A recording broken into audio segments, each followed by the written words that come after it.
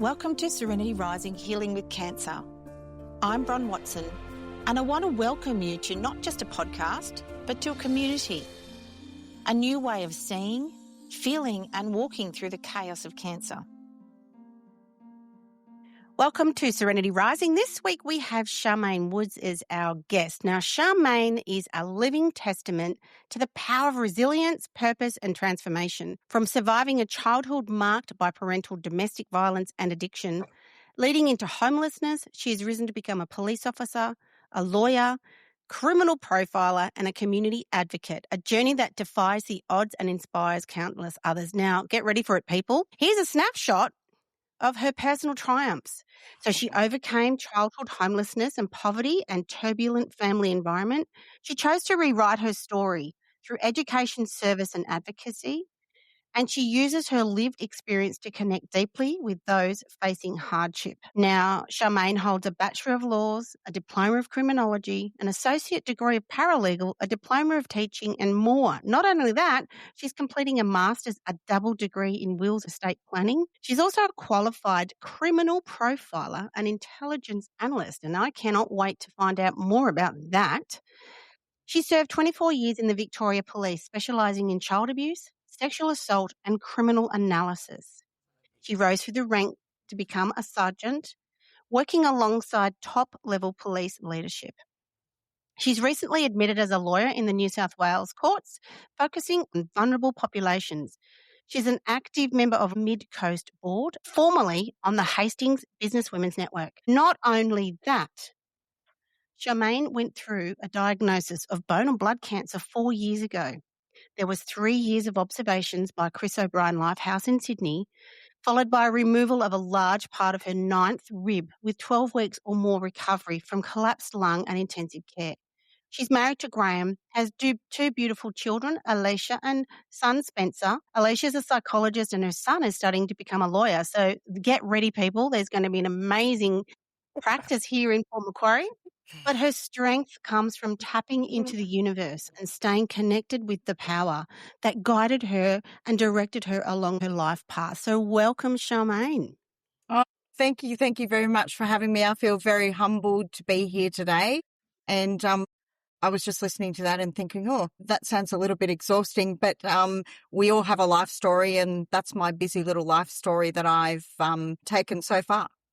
And I do have to mention just my son-in-law, Kyle, because I always forget to mention him when I'm talking about my family. Yes, and he's also in real estate. So you've had this eclectic group of people. So welcome. I'd love to, how do we get here? How do we get to having this conversation on Serenity Rising? So your life story is incredible. So there's obviously so many things that we want to discuss there. Tell me about how did we get here? It's where to start and how to break it down. And, you know, I tell my life story from the point of view of where I started to where I am now in terms of helping other people recognize their life story as well. So I guess it all started when I was very small, and I was obviously the middle child in my family. And I lived in a family dynamic where my mother was suffering from really bad mental health issues herself, unfortunately. And my stepfather was a chronic alcoholic. So there was a lot of chaos, a lot of violence, and a lot of things going on in the home that you wouldn't get in some of the more normal settings. And that really impacted on, I guess, how I got to where I am today. And it also kicked in that fight, flight, and survival mode that we all have in us to look at where we are. I remember saying at about 8, I need to get out of this, but how am I going to do it? And I already started tapping into the universe to say, I just need, because there was a time there where I thought, I'm not going to make it. I'm not going to see what it's like. As a child, you thought that? Yeah. Mine was so violent. And I was told regularly that she would actually say to me, I'm going to fill the bath and drown you. Your mother said that? Yes. So my thought at that time was, and there was some innate inside in me to say, but I want to grow up to get married. I want to know what it's like to feel happy.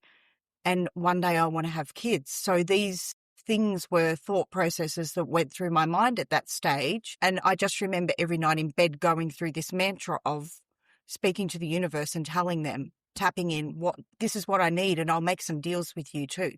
I will help others. If you help me, please help me. So that's where, as an 8-year-old, it's just fascinating that I had this thought process, and I remember it very well. It continued on through the years into my teenage years. And obviously the abuse and the violence and the chaos continued with that, and the poverty. It is incredible.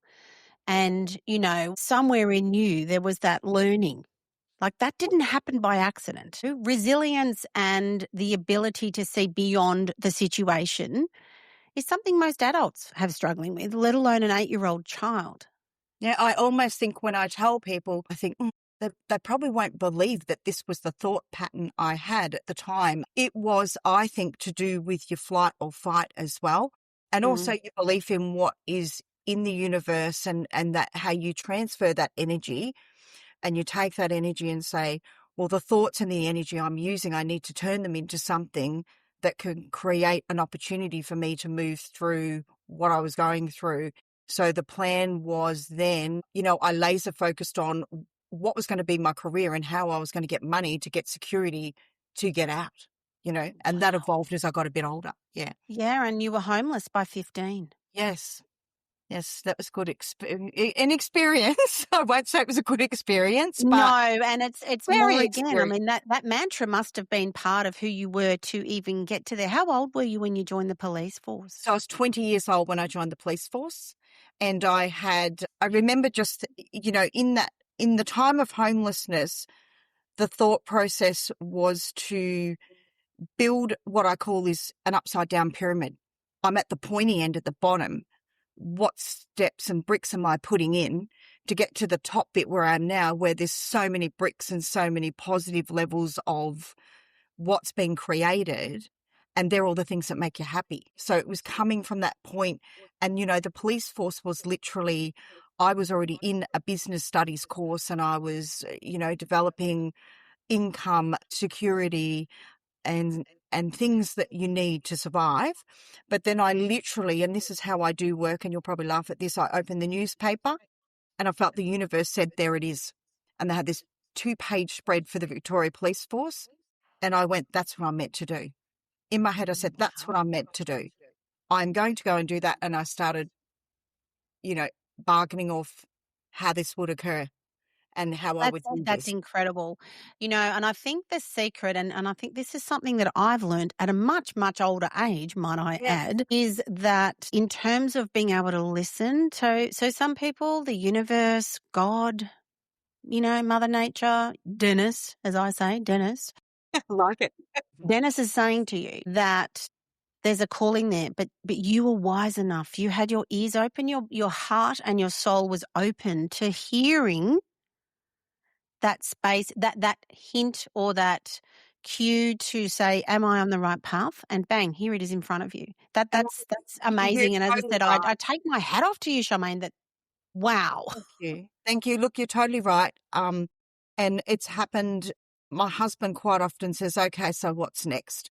Because it has literally led me on a journey where, even coming to Port Macquarie from Melbourne, I literally said to my husband, I'm not sure if I made the decision or the universe made the decision, but somehow I'd woken up this morning and said to him, right, we're going to go live in Port Macquarie. I'd actually never been to Port Macquarie. And I said to him, jump in the car, we're in Sydney.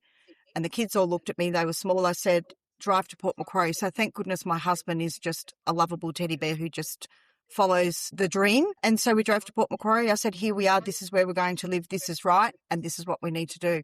So I think you're right. It's following, I guess to some degree you could relate it to intuition. There's something that tells you, what your next calling is. I tell you one thing I have learned recently is around when you're looking at a goal, or if you're looking at the future, it can feel like a blank wall. Like imagine it's a brick wall, right? And if you focus on the wall or the whole wall, it can be quite overwhelming. And so what I've learned is that how about we focus on the bricks? Just one brick at a time. So rather than trying to build a wall and focusing on the entire wall, what if we focused on just the next brick? And then the next brick, and then the next brick. And I think that's my analogy for that is exactly what you did. You were focusing on the next brick, even moving to Port Macquarie. Yeah. The There upside was down a reason for it. And look, here we are. And you're totally right. And when you're in trauma, focusing on the biggest picture is not something you can do. But as you said, if you focus on one brick when you're in trauma and you get a positive result, it encourages you to move to the next brick. If you focus on 50 bricks, it's just chaos and you're not going to achieve any of those small steps. And that's how I feel. And I think that's what we're both talking about, is that building the foundations for, your life journey. And I think that there's one thing our listeners can think about today is that we've all got piles of bricks around us and we've all got that wall. And I think it's about, rather than focusing on that entire pile of bricks, I don't know, do they even come in pallets? Whatever bricks come in. That's how much I know about bricklaying. Whatever they are, right? Just one brick. Yeah. So with that analogy in place, you've seen a lot of trauma. Oh, yes, I have. Like both in my personal life and I guess in my professional career as well. And then to see people in trauma or to see people who've had loved ones, that they've lost. Yeah, there's a lot of trauma there. And I do weirdly say that, and I guess it's the terminology of make lemonade out of lemons. My childhood set me up for my career, if I can put it that way. It built that rigor and that stickability and a bit of strength. And I went into the job with a 360 view before I went in. I didn't go in with maybe a 120 view and then be shocked about what, humanity can do. That's right. So you'd lived it. So I think, do you think it played a part in your policing, in your striving for, the things that you did do, criminal profiling? Like, wow. Yeah, I definitely, well, we were talking before and I'm glad you brought this up, because at a very young age, I became very critical of people I didn't know. I then was, not subconsciously, but unconsciously profiling. I always say I was already unconsciously profiling before I became a profiler. And I find individuals fascinating anyway. Like, we all have different traits and we all have things about ourselves and we all learn from each other. So I really do think, in answering your question, that there were elements of my childhood that I was able to use as an advantage rather than a disadvantage in going into my career. And I think the key there, guys, is that we're looking at the advantages, not the disadvantages. Because you know what? It would have been very, very easy for you to look at disadvantages. Oh, yes. And go into the abyss or go into a world where that's all you thought you were worth. And and live a life that was completely different. And I guess having poverty as part of that element was just another layer to it.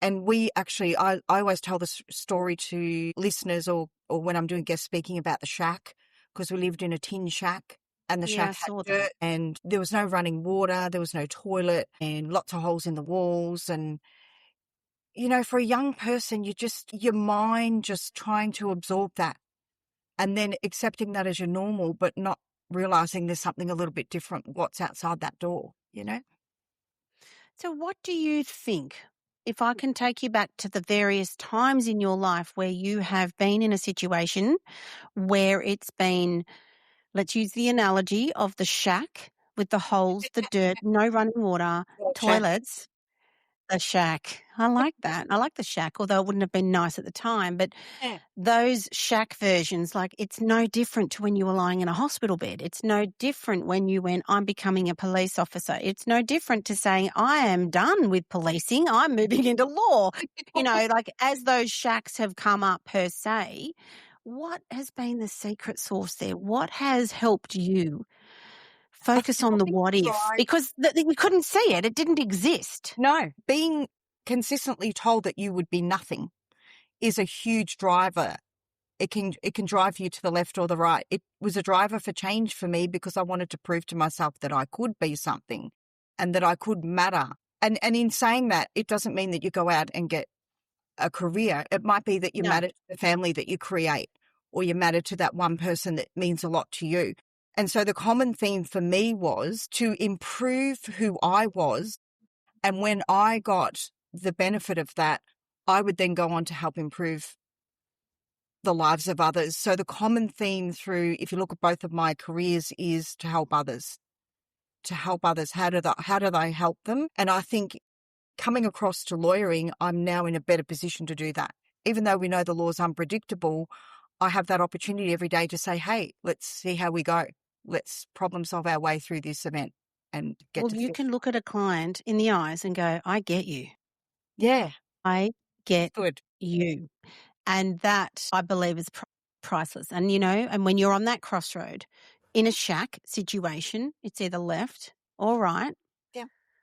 but you backed yourself. That's my point here. And that is no different, I believe, to when adversity strikes us in any capacity. So Serenity Rising, yep, we're focusing on cancer, which you've been through as well. So it's around, but that's all brought you, which we'll get to in a second. I'd love to hear your thoughts around, and we had this conversation. I love to ask people, what's your version? What's your word for serenity? Well, I have I almost think it's a bit obscure, but I'm going to go with it because it rolls with who I am. And I think I mentioned to you about this criminal theorist who his name was Locard's, Edmund Locard, sorry. And so his theory was, and I love this because I think we can relate this not from policing, but into our human existence and the connections we make, was that whenever two objects come together and they come into contact, there's a physical exchange. And so in policing, we know that we say every contact leaves its trace in a crime scene. And so when I speak about this theory, I speak about it from the point of like you and I come together and we leave a trace on each other. And so the thing we want to be mindful of is that when we do engage and we connect, we leave a positive trace, or that we ourselves come to the other person and say, what I got from this was I learnt this about Bron, or I learnt this about my husband, or I learnt this about my child, because that's the way we move into the future and we grow. But also as a human, if we are surrounded by positive contacts, I think mental health is increased. It's positive health. There's lots of things around being in negative spaces brings health problems. So I just think it's a whole. And so when I'm with clients, it's every contact leaves its trace. Make sure that the client has had a good experience with me as well. So it kind of filters into all sorts of, I like it. It's a little theory and so that's what serenity means for me, is to engage with people and have them feel good when they walk away. I love that. Because serenity, as you know, God grant me serenity to Yes. accept the things I cannot change, the courage to change the things I can, and the wisdom to know the difference, Yeah. is the fact that you have the wisdom to understand that the way you talk to yourself, look after yourself, the serenity in the moment. One of the things I've really been talking about recently is be present, right? But it's be present where your feet are. Yeah, I love that. Be present where your feet are, which means that we are present right now and we are actually leaving a positive trace. Yes, we are. So and the fact that we are choosing that, because it is a choice. We It is. choose. We can choose to leave a positive trace or we can choose to not, because it comes back to how do we want, what's our serenity? That's my take on it. But what's your take Yeah, on that? I would agree with you. And I think when you said about being in that space, automatically you feel your body just start to relax. So when someone says something like that, you start to relax yourself. And I think that if we spend too much time, and we do have chapters in our life where everything appears to be going wrong, we could Yeah. easily start, voicing our negative feelings about it, putting that out there, then putting it to the people around us. And I truly do not think that mindset helps us. I just think that no matter what it is, we've got to dig deep and be positive about what we're doing to try and help ourselves, even if it is a medical issue, and we know we've got to attack it with a little bit of rigor. So I think what you're saying I about, couldn't agree more. yeah, And I yeah, think it's just a matter of, in terms of attacking that with rigor, it's mm, about consciously making the effort in the moment. yes, Because it's really, really easy to feel really sorry. Like I still do it I still do it quite often. I feel sorry for myself. yeah, yeah. And we're human, so I we just started back do. on treatment the other day and I'm going, oh, We're not, and God this is damn it. where we understand we're not perfect. No. And every tribulation or every trial is something that we come out of with some learned experience that we can share as well, for And ourselves. having the wisdom to be able to understand it, to be able to articulate it, to be able to live it. Yeah. And I think for what I'm hearing from you is you've lived these experiences, you've lived this life, and you've gone through it, and then you've shared how you've got there. And I think that's the key to especially like the research tells us around wellness, right? We are talking about mental illness here, mental Yeah. health here. We're talking about wellness. And there Yeah. is research around the positive impact of the way we change the way we think in terms of that reframe, which is, you know what, I can feel sorry for myself. I allow the emotions, but I let it out the other side and then go, cool, okay. So what are the things that what I say is control the controllables? What is And there in there? you're And I think that's an example of what you've done. Oh, thank you. And you're right, because we know even with grief, there's stages. So we 100%. already know as a human, we have to accept that we're going to experience those stages, whether we want them or not. So while we're alive, we're breathing and we're doing things, each thing we do, sometimes there might be something that occurs that is difficult. And we go, okay, I know I've got to go through this. What's my first step? And going back to what you said before, I think when it's medical, you really do have to go back to brick 1, brick 2, brick 3. And sometimes I used to do a lot of marathon running, and sometimes I put it in that visual perspective of first K, okay, second K. We know there's a middle bit. It's really hard. Getting close to the finish line, I'm going to speed up.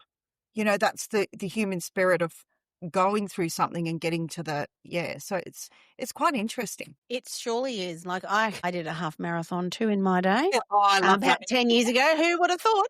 But I remember I'd Good never on you. run, That's right? I'd never amazing. run. And I actually got this he was one of my students from uni. So I was teaching at university at the time, and he taught me to run, but we started with 3 minutes. So we'd run for 3 minutes, very, very, the Cliff Young shuffle. Then we'd walk for 3 minutes. Yes. And then we'd run for 4 minutes, and then we'd still walk for 3 minutes. And we got to running for 7 minutes, which for me was 1 kilometre. Amazing. But it took me 4 months, 4 months to get to 7 minutes. And that it goes back to our theme of building bricks, building, everything you do. Obviously, I come across to law as a lawyer, but I still had to build bricks. I wasn't just, dropped down on the planet with all these skills and expertise. It's about what you're going to have in you too, and that willingness to pick the bricks up. You've got to have it at the start as well. I mean, that is hats off to you because, And you too. And I think it's the long game. Yeah. A lot of cancer diagnoses and prognoses is all about the numbers, right? It's always about the numbers. Statistically, you've got this chance of cure, or in my case, with incurable, you've got a prognosis of this much time. Like since when? Like we can focus on that. You can't unhear it, just so you know. But what you can do though is what can you do in that space, which is that space, up here. Yeah.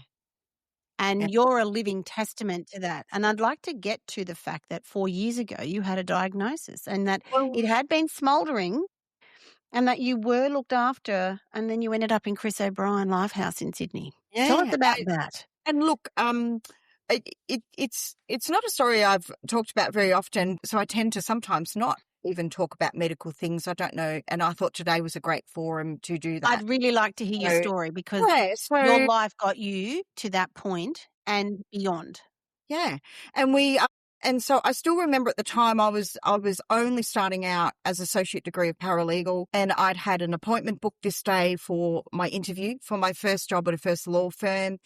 And I'd felt a few weeks before a lump. So listening to the body, I felt what felt like bruising. I'm always in tune with my body.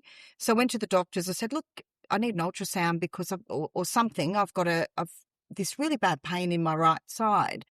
And he said, look, we'll do an ultrasound. And lo and behold, I go to do the ultrasound and they've got a girl on her L plates, which we all know is much needed and everyone's got to learn. And so they didn't quite scan the spot. And I was very aware of it. So I went back to the doctor and said, can I have a CT? They didn't scan the spot.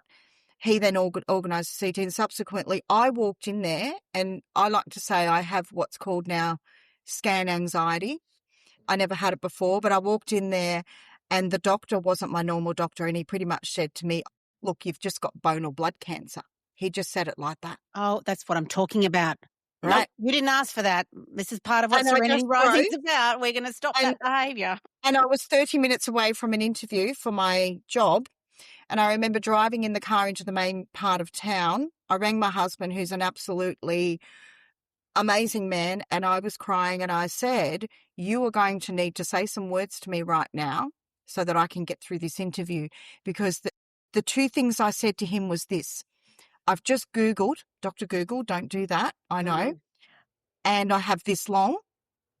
So is it fair to the law firm for me to go to the interview? Wow. That was my thought process. Within half an hour of being told this. Yes. So he says, you need to go to that interview. We are going to be okay. So I go to the interview, turn up, I get the job. Of course you did. Why does I'm that in not surprise control, me? tidied up. And so that was a weekend. So that was a Friday. I had to wait till Monday to get some bloods done. And I had an exam. So I studied all weekend for the exam, which was probably a really good distraction. And the kids had said to me, Mum, we've not seen Dad cry much, but when he hung the phone up, he went in the room and he was crying. So they had relayed that to me. But subsequently for me, after a year of toing and froing, and I had a doctor say to me, we don't know what it is, take a risk. And he actually said that. And I said, I'm not taking a risk. I've got children. I need to know. So I need to decide what to do. And so it was at the end of that I ended up getting the referral to Chris O'Brien. They did a biopsy first, and the biopsy showed that I was clear. So that was good. But then they put me under observation for 4 years. And then it got to a point where they said, we're no longer happy with what's occurring. It's actually got so big it's broke the bone of your ninth rib, and we're going to have to either remove the whole ninth rib or the whole lot. And so they ended up removing a large section of the ninth rib and then putting like a titanium plate. And I can honestly say that I think I would rather give birth to a child. The pain was excruciating. The bone pain. Yeah, and so the time at home recovery was 12 weeks or more. So there was a long recovery. I couldn't laugh. I couldn't. And you were sick too. You got sick too. Yeah, just very. And, that I would have to say that was one of the most hardest things I went through. Yet people might say, but hang on, you did this and you did that. But took me inside myself. So it took me to a place and a journey that I hadn't expected I would go on, to start questioning my mortality, to start questioning what I'm actually appreciating, to start questioning whether I'm actually living a life that's full of purpose, and whether I'm actually appreciating that I can walk out on the grass and put my feet there and smell the air. So it really, it took me inwards for a review of myself and what things might not be And so that's what great about happens myself with as these well. diseases. Yeah. Is So, exactly that. And, when you go in, because you do, I call it the vortex of fear. yeah. And sometimes, like there are times when I've been free falling and it's literally the level of certainty has been crushing because, with the myeloma, I sat outside for 6 weeks. I just cried for 6 weeks. I couldn't talk to anyone. I couldn't tell anyone because what am I going to say? What can they possibly say to me? What can I say to myself? And so I'd look at the skies and go, please, God, insert your own God here. Help Yes. me. I don't know what to do. I can't. And being a nurse, I'm a doer. Yeah. And And now I you're can't do also anymore. And that was the really lesson of being present where your feet are. And I didn't want that lesson, but I got the lesson. You went through that lesson. What would be if there was a tip in there for our listeners who are in that space of where they are going in, they're in there right now. What's something that you would say to them right now to help them? I would say that we do have to sit in that moment, and we do have to try and progress forward. Whether the progression forward is a limited amount of time or, at the other end, a really good outcome, and we still have to sit in the moment and really reflect on what it is that we're grateful for, because I think unless you do that, then there may be no lessons learnt from that experience as well. And I truly do think that the universe always taps in and there's these lessons to learn, and we say, okay, what are you trying to tell me now? Let me just get through this and I'll try and work it all out. And it's sort of how I've rolled from a very young age. I mean, it's about accepting it first, but then reframing your own thought process, isn't it? 100%. Oh, 100%. And I think the key, which you may not have even picked up, and I could have been wrong with what I'm about to say, is that when the universe, insert whoever you believe in, Yeah, exactly. taps you on the shoulder and you listened to which was being shared to you, you didn't try to control it. No. You let it come in and then you listened. So I think that's Yeah, part now of the control it. lesson. I have a mantra now, and one of my mantras is, I'm open to unexpected miracles. I love it. I'm open to unexpected miracles, and I'm aligned with. I can't even think it off the top of my head because I've got no brain memory. But it's aligned with that I am in alignment, and then I'm open to unexpected joy, which means I'm not looking for joy. I'm not looking for serenity. I am not forcing serenity. I'm allowing whatever I'm worthy, whatever that is. And it's not about longevity of life, because that is one lesson I've had to have. I come to terms with it. No, not fully. I don't think anybody does. But for me, I can only talk for me. Listening to what you're saying is, when you're in that space, and that is dark. How can it not be anything? But it's okay, because it's normal in the darkness. And it's the same.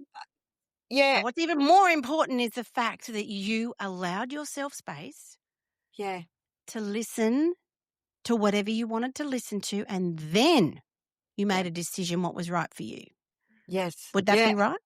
And and I would agree with you totally. And also the part about the control, it's relinquishing control, because the journey is not a predetermined one that you can plan. And also just knowing, like even through my policing career, that we get up every day, and I always say, I'm still here, thanks, because we don't know what it will be.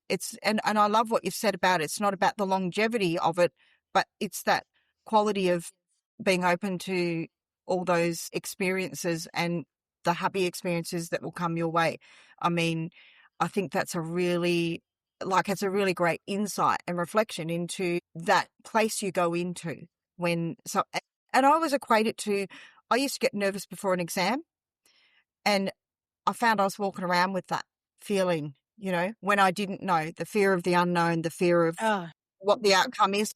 And you almost take a camera view of the world and you look around you and say, everyone's still continuing on, but I'm right here in my mind for a minute.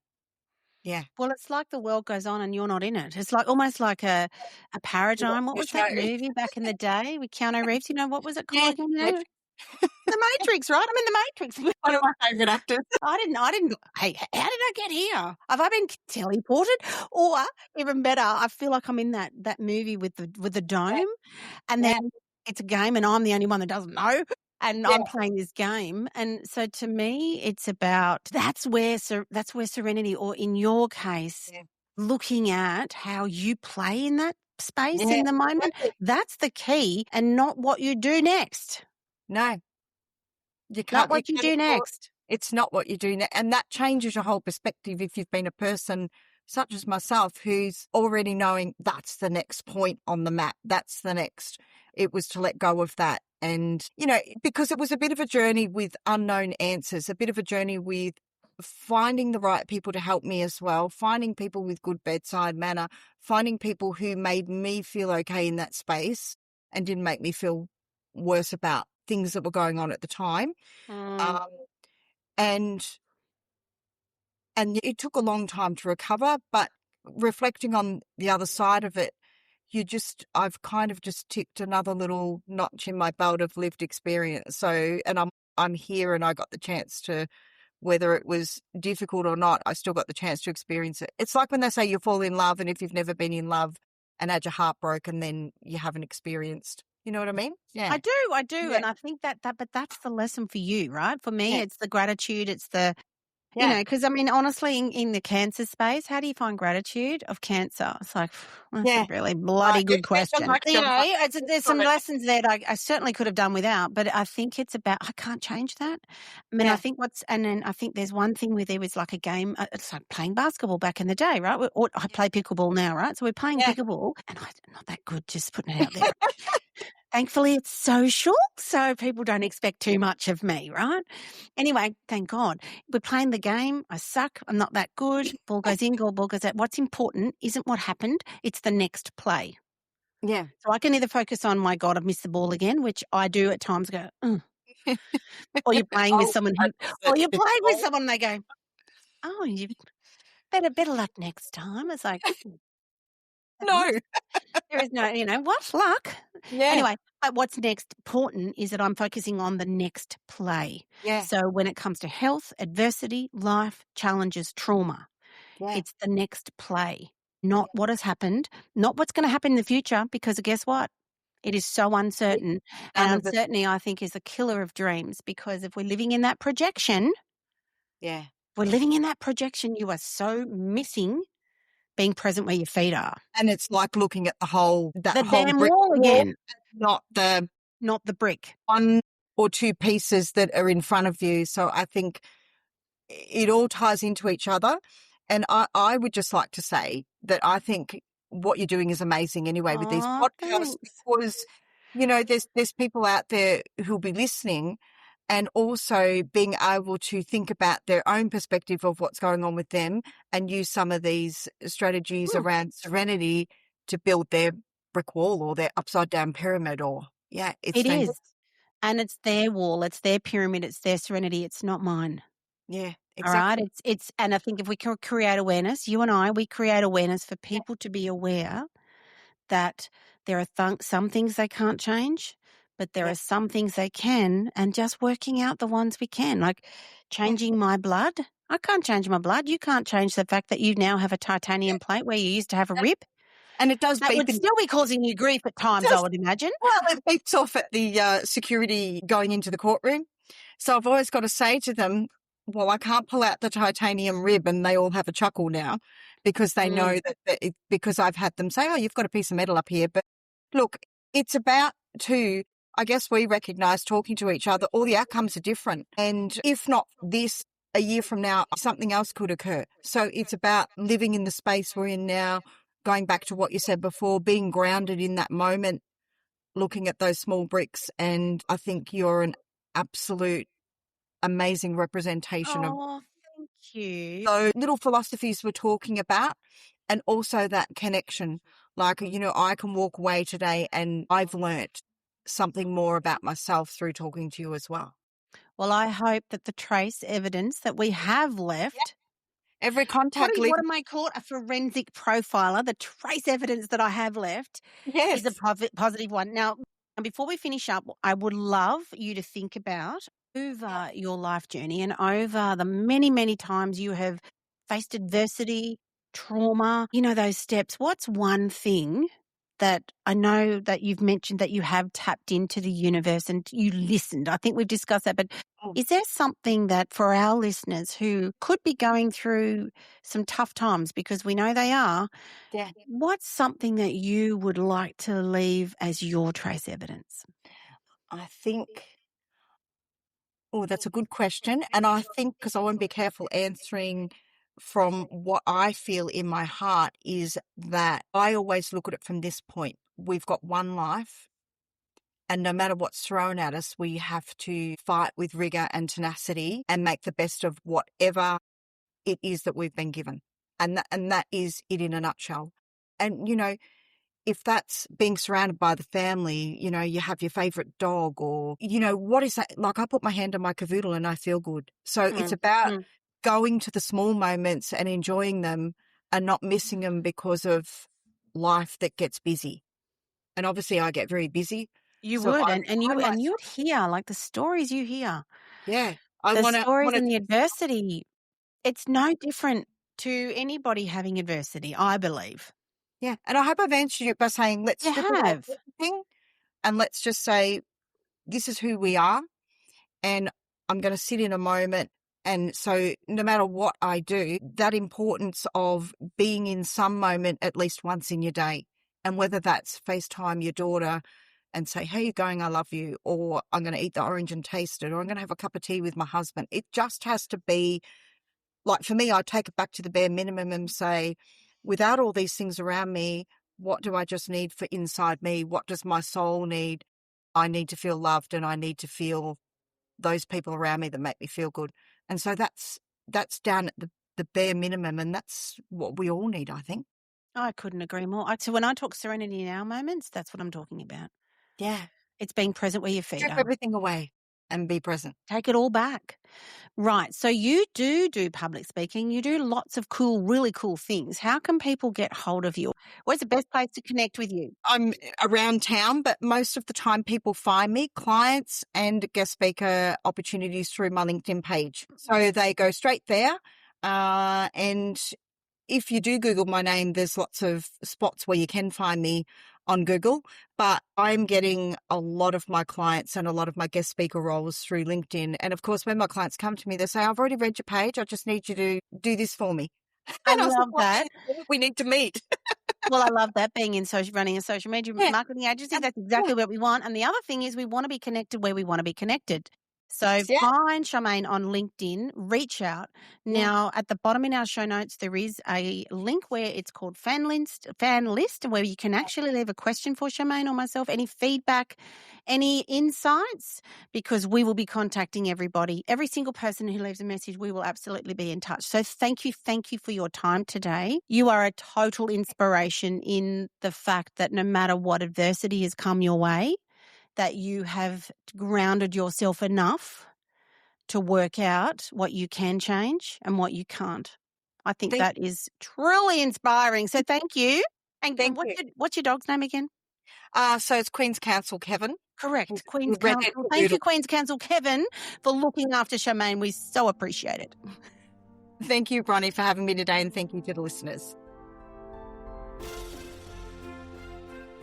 Thank you so much for joining me today. It's been great having you here. And what I would love you to do is leave a comment or ask a question using my fan link below this episode and on every episode that we post. I would love to hear your thoughts, your questions, and I'll get back to you. Have a great day and bye for now.